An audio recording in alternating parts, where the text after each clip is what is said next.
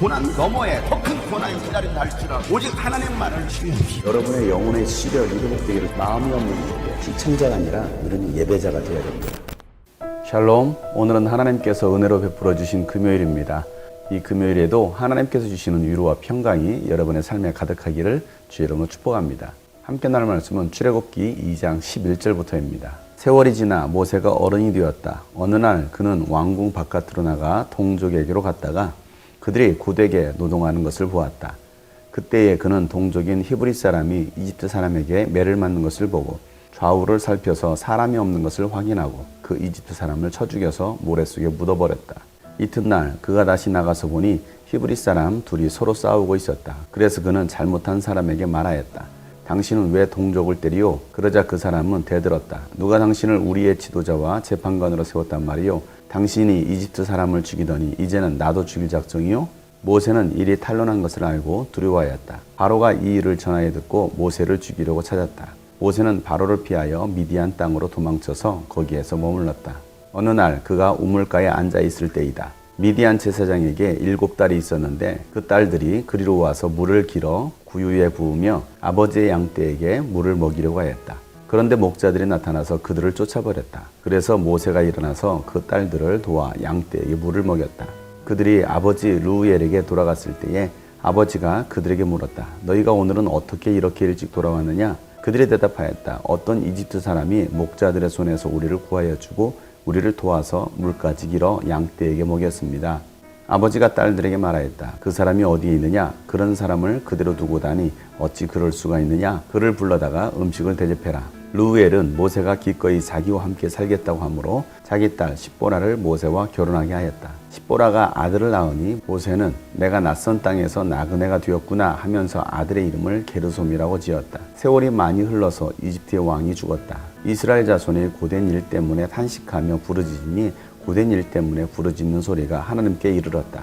하나님이 그들의 탄식하는 소리를 들으시고 아브라함과 이삭과 야곱에게 세우신 언약을 기억하시고 이스라엘 자손의 종살이를 보시고 그들의 처지를 생각하셨다. 아멘. 이집트 바로 왕이 히브리인이 낳은 아들은 다 죽이라고 했습니다. 그러나 레위인 부부가 아들을 낳고 3개월 동안 숨깁니다. 그리고 더 이상 숨길 수가 없어서 갈대 상자에 그 아이를 넣고 강가에 띄웁니다. 목욕하러 왔던 바로의 딸이 갈대 상자를 보고서 그 아이를 건져냅니다.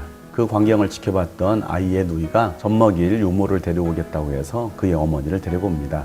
공주는 아이의 엄마에게 양육비를 줘가면서 잘 기르도록 하게 합니다. 그렇게 아이의 엄마는 젖을 뗄 때까지 아이를 양육합니다. 그리고 그 아이가 다 자란 다음에 공주에게 아이를 갖다 줍니다. 공주는 그 아이의 이름을 물가에서 건져냈다라고 해서 모세라고 이름을 짓습니다. 아이가 다 자랄 때까지 길렀다라는 말은 적어도 5살에서 8살까지는 모세의 엄마가 양육했다라는 것입니다. 그 엄마는 아이에게 무엇라고 교육했겠습니까? 민족성을 가르쳤을 것입니다. 우리는 히브리인이다. 우리는 야훼 하나님을 섬기는 민족이다 라고 말했을 것입니다. 그리고 아브라함과 이삭과 야곱에게 약속하셨던 그 언약에 대해서도 가르쳤을 것입니다. 반드시 우리가 가야 할 것은 바로 가나안 땅이다라는 것을 그 아이에게 가르쳤을 것입니다. 이제는 엄마의 품을 떠나 바로 공주의 아들로 자라게 됩니다. 이집트 왕실에서 왕자의 교육을 받습니다. 이집트 문화를 배웁니다. 그렇게 세월이 지나서 모세가 어른이 되었습니다. 하루는 왕궁 바깥으로 나가서 동족에게 갑니다. 그런데 자기 동족이 고된 노동을 하고 있는 것을 보게 됩니다. 그러면서 히브리 사람들이 이집트 사람들에 의해서 매를 맞는 광경을 보고서 이집트 사람을 때려 죽입니다. 그렇게 아무도 보는 사람이 없다고 해서 죽이고 난 다음에 모래 속에 파 묻어버렸습니다. 동족인 히브리 사람이 이집트 사람에 의해서 매를 맞는 것을 보고서 좌우를 살피고 사람이 없는 것을 확인하고 이집트 사람을 죽이고 모래에 파 묻습니다. 그 다음날 또 나가서 보니까 히브리 사람들끼리 싸우는 것입니다. 그래서 싸움을 말립니다. 그러자 누가 당신을 우리의 재판관과 지도자로 세웠습니까? 당신이 이집트 사람을 죽이던 이제는 나를 죽이려고 합니까? 라고 말을 합니다. 모세는 이집트 사람을 죽인 것이 탄로가 나자 두려워하기 시작합니다. 그리고 바로 왕은 이 소식을 전해 듣고 모세를 죽이려고 합니다. 그래서 모세는 바로를 피해서 미디안 광야로 나가게 됩니다. 자신의 힘과 능력으로 동족인 히브리인을 도우려고 했지만 오히려 모세는 좌절하게 되고 바로가 자신을 죽일 것을 두려워했습니다. 내 힘으로는 세상을 구원할 수가 없습니다. 백성들을 도울 수가 없습니다. 모세는 동족을 사랑하는 마음으로 그들을 도우려고 했지만 자신의 힘으로 어떻게 할 수 없는 것을 깨닫게 됩니다. 그리고 광야로 나간 것입니다. 그때 미디안 제사장 7딸이 있었는데 그 딸들이 아버지의 양떼를 치고 있었습니다. 아버지의 양떼에 물을 먹이려고 하는데 광야에서 목자들이 나타나서 이 딸들을 내쫓아 버립니다. 그때 모세가 다시 일어나서 그 딸들을 도와 양떼들에게 물을 먹입니다. 딸들이 집으로 돌아와 아버지가 있었던 일들을 다 얘기합니다. 그러자 아버지는 왜 그 사람을 데리고 돌아오지 않았느냐라고 말을 하면서 모세를 데려오게 합니다. 모세는 그렇게 르우엘의 집에 들어오게 되었고, 모세는 그 집에서 살고자 해서 르우엘은 자기 딸 십보라를 모세에게 줍니다.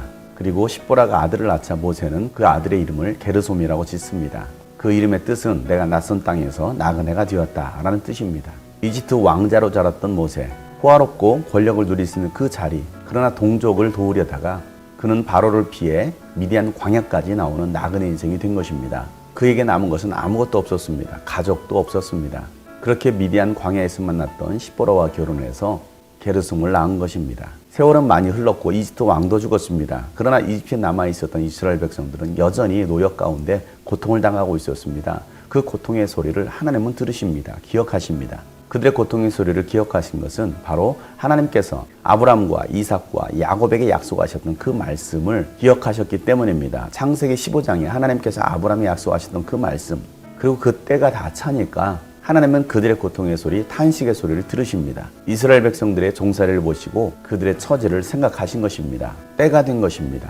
여러분들이 처해진 상황 속에서 하나님께 탄식하며 부르짖을 때 하나님은 여러분의 기도를 들으십니다. 그리고 때가 되면 하나님께서 여러분을 생각하시고 여러분에게 응답해 주십니다. 모세에게는 민족성이 있었습니다. 또한 민족애가 있었습니다. 그럼에도 불구하고 자기 열심, 자기 사랑으로 동족을 도우려고 했지만 오히려 광야로 나가는 도망자의 신세가 되었습니다. 우리가 이 세상을 살면서 내 힘과 내 능력으로 살아가는 것이 아니라 하나님의 뜻을 알고 하나님의 방법대로 살아갈 때에 하나님께서 나를 통해서 일하실 그 일들을 행할 수가 있는 것입니다. 하나님은 모세를 훈련시키시기 위해서 광야로 보내십니다. 나그네 삶이 되어버린 광야, 그 광야에서 하나님은 다시 모세를 부르십니다. 여러분들이 지금 광야 한가운데 있다 할지라도 나그네 삶이라 할지라도 여전히 하나님은 일하고 계심을 믿으시길 바랍니다. 하나님은 여전히 여러분의 삶 속에서 역사하고 계십니다. 여러분을 돌보시고 보고 계신 것을 기억하시길 바랍니다. 우리가 하나님의 언약만을 놓치지 않는다면 하나님은 그 언약을 여러분을 통해서 반드시 이루실 것입니다.